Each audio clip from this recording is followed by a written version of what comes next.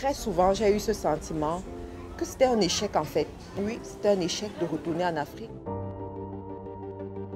Donc, c'est ce que toi, tu penses. Et si tu le penses, ça veut dire qu'il y a beaucoup qui pensent comme toi.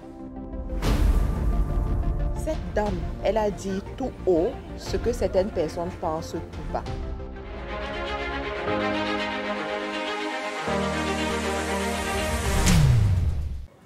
Bonjour les amis, j'espère que vous allez bien.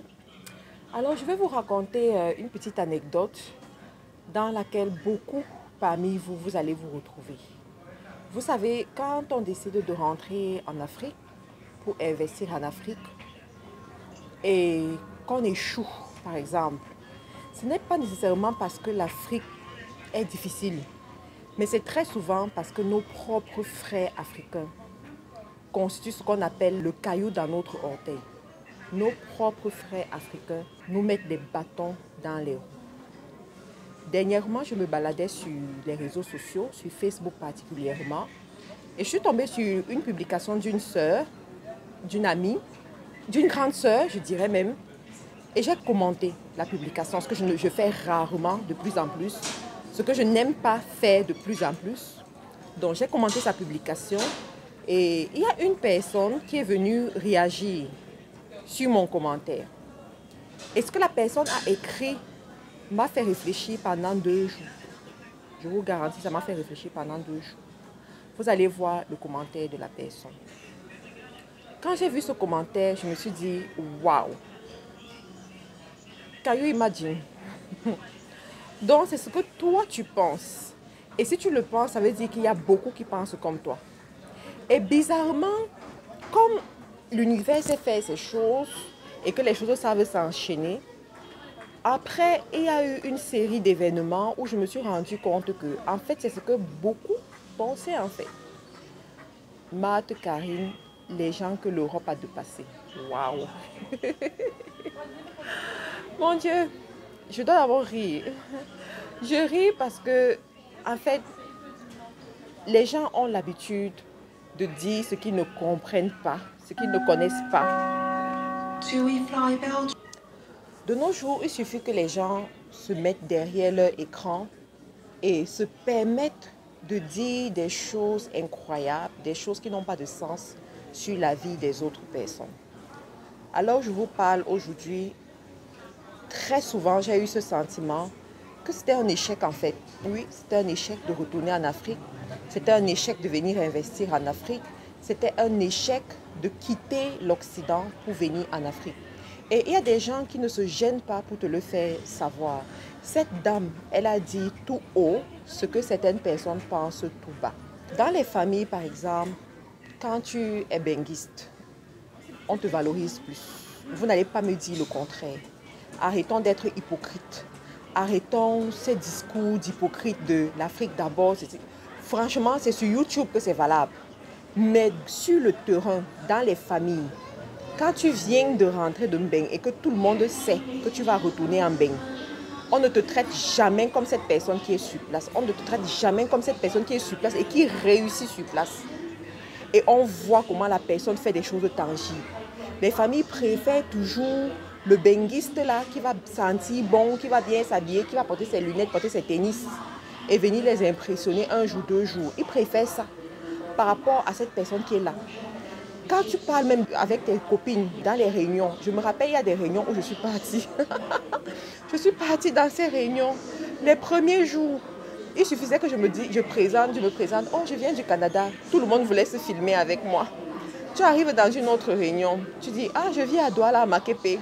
Personne n'a ton temps, personne ne te gère. Les amis, quand tu observes ce genre de comportement, que tu le veuilles ou pas, ça va te toucher. Que tu le veuilles ou pas, ça va te toucher. Je ne vais pas compter le nombre de personnes qui m'ont demandé, finalement, tu es rentré, resté en Afrique, pourquoi? Dans l'Europe, ce n'était pas facile, c'était tellement dur que tu es rentré, pourquoi? Donc, c'est mieux ici. Nous, on pensait qu'ici, c'est la pauvreté et que c'est là-bas, c'est mieux et tout. Donc, en fait, tous ces langages, que tu le veuilles ou pas, à un moment donné, ça t'affecte. À un moment donné, tu ressens un coup. Tu ressens un coup. Donc, moi, personnellement, quand j'ai vu le commentaire de la dame, je me suis dit, waouh, Je pensais, je pensais bien faire, je pensais être en train de m'accomplir, je pensais être en train de réaliser des choses pour contribuer au développement de mon Afrique, pour contribuer au développement de mon continent. Mais tel que je vois, apparemment, l'appréciation n'est pas la même un peu partout. Comment est-ce qu'on peut taxer une personne d'échouer lorsque cette personne crée de l'emploi à d'autres personnes, à d'autres Africains, lorsque cette personne multiplie les entreprises en Afrique, lorsque cette personne devient le bread provider de sa famille, grâce à cette personne, sa famille peut manger, grâce à cette personne, sa famille peut espérer à un lendemain futur. Mais on traite quand même de cette personne d'échouer. Pourquoi? Parce qu'elle est rentrée en Afrique. Vous vous rendez compte? Vous vous rendez compte à quel point nos sociétés sont... Et ensuite, on va critiquer ceux-là qui veulent aller vivre à l'étranger. Pourquoi est-ce que vous serez surpris de voir cette marée de jeunes, après leurs études secondaires, vouloir continuer à l'étranger, être prêts à payer des sommes faramineuses, les 5 millions de francs CFA, les 10 millions, les 15 millions, les 40 millions même, tout simplement pour aller continuer leurs études à l'étranger sans être sûrs qu'après leurs études, ils auront une insertion professionnelle. Ils sont prêts, les familles sont prêtes à s'endetter pour le faire. Pourquoi? Parce qu'en fin de compte, en Afrique, il y a toujours ce mythe-là derrière le benguiste, derrière la personne qui revient de l'Afrique, derrière la personne qui vit même en Europe, qui vit en Europe. Et même si on ne sait pas ce qu'elle fait exactement en Europe, même si elle souffre en Europe, on s'en fout.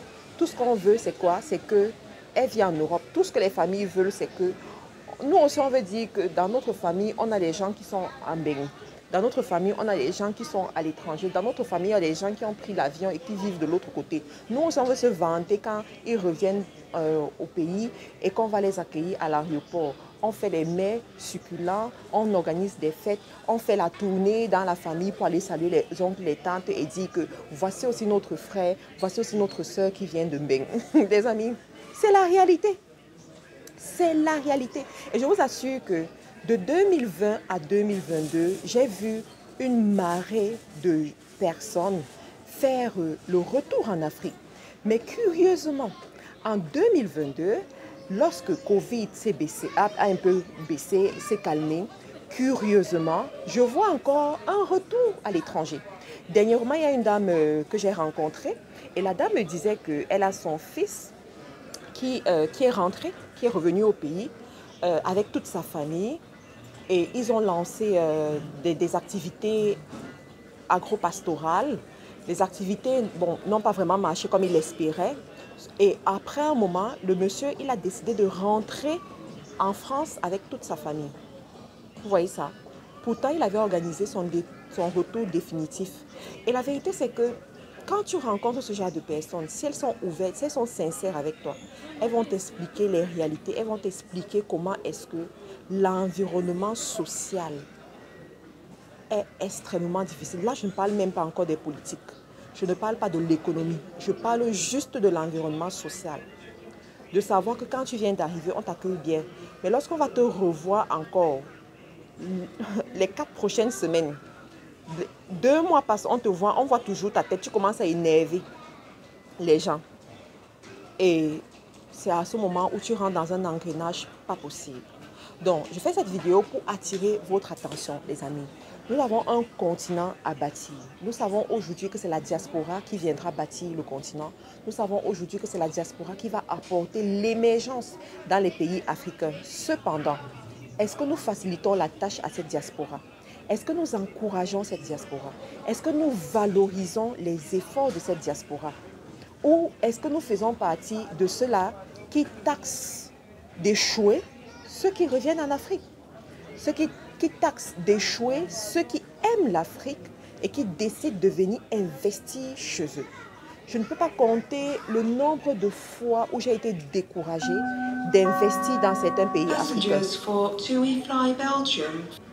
La vérité, c'est que à plusieurs reprises, lorsque j'ai voulu investir dans certains pays, beaucoup m'ont découragée.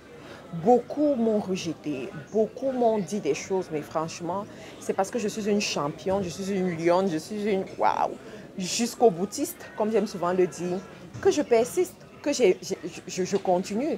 Et parce que j'ai une vision aussi. je ne me considère pas comme une Camerounaise, je ne me considère pas comme une fille du Cameroun, mais je me considère comme une Africaine.